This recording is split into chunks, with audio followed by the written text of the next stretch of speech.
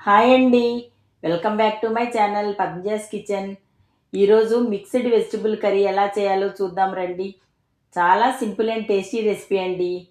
మనం రెగ్యులర్గా ఇంట్లో వాడుకునే కూరగాయలతో సింపుల్గా చేసుకోవచ్చు.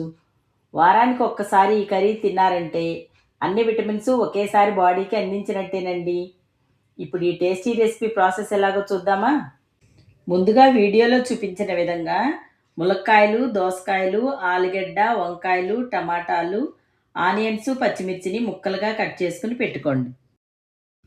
ఇప్పుడు స్టవ్ వెలిగించి కుక్కర్ గిన్నె పెట్టుకుని దానిలో 3 గిన్నెల ఆయిల్ వేసుకోండి. ఆయిల్ వేడెక్కిన తర్వాత 1 స్పూన్ పచ్చిశనగపప్పు, 1 స్పూన్ ఆవాలు, 1 స్పూన్ జీలకర్ర వేసి తాలింపు దినుసులు దోరగా వేగే వరకు వేయించండి. ఇప్పుడు దానిలో కొంచెం పుదీనా, కొంచెం కరివేపాకు వేసుకుని ఇవన్నీ వేగే వరకు వేయించుకోండి.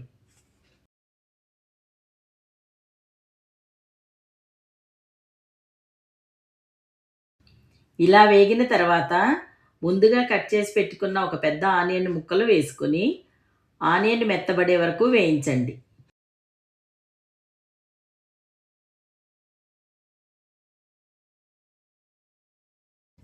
ఇప్పుడు 3 కట్ చేసుకున్న పచ్చిమిర్చిని వేసుకుని ఒకసారి కలపండి. తర్వాత దానిలో 1 స్పూన్ అల్లం వెల్లుల్లి పేస్ట్ వేసుకుని అల్లం వెల్లుల్లి పేస్ట్ పచ్చివాసన పోయే వరకు వేయించండి. ఇలా వేగిన తర్వాత దానిలో కట్ చేసుకున్న ములక్కాయ ముక్కలను వేసుకుని ఒకసారి బాగా కలపండి.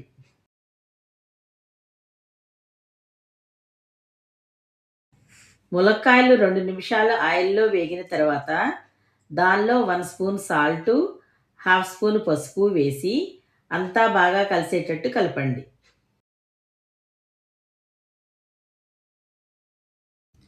తర్వాత దీనిలో చిన్న ముక్కలుగా కట్ చేసుకున్న దోసకాయ ముక్కలను వేసుకోండి. దోసకాయ ముక్కలను నేను గింజలతో వేసుకున్నానండి. గింజలతో వేసుకుంటే కూర టేస్ట్ చాలా బాగుంటుంది. మీకు నచ్చకపోతే గింజలు తీసేసి వేసుకోండి. కూరంతా ఒకసారి బాగా కలుపుకొని ములక్కాయలకు ఉప్పు పట్టేటట్టు కుక్కర్ మూత పెట్టి 2 నిమిషాలు నూనెలో వేగనివ్వండి. ఇప్పుడు మూత తీసి ఆలుగడ్డ ముక్కలను వేసుకోండి. ఆలుగడ్డలు వేసుకున్నాక ఒకసారి కలిపి వంకాయ ముక్కలను కూడా వేసుకుని కూరంతా బాగా కలుపుకోండి. వంకాయ ముక్కల్ని కర్రీలో వేసే వరకు సాల్ట్ వాటర్లోనే ఉంచండి, లేకపోతే కలర్ మారి చేదు వస్తాయండి. ఇప్పుడు దీనిలో 2 స్పూన్స్ కారం, 1 స్పూన్ ధనియాల పొడి, 1/2 స్పూన్ జీలకర్ర పొడి వేసుకుని కూరంతా ఒకసారి బాగా కలుపుకోండి.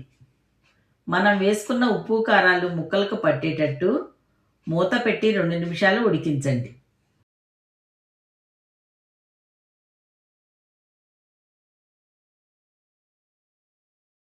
ఇప్పుడు మూత తీసి మిక్సీలో పేస్ట్ చేసి పెట్టుకున్న టమాటా ప్యూరీని వేసుకోండి.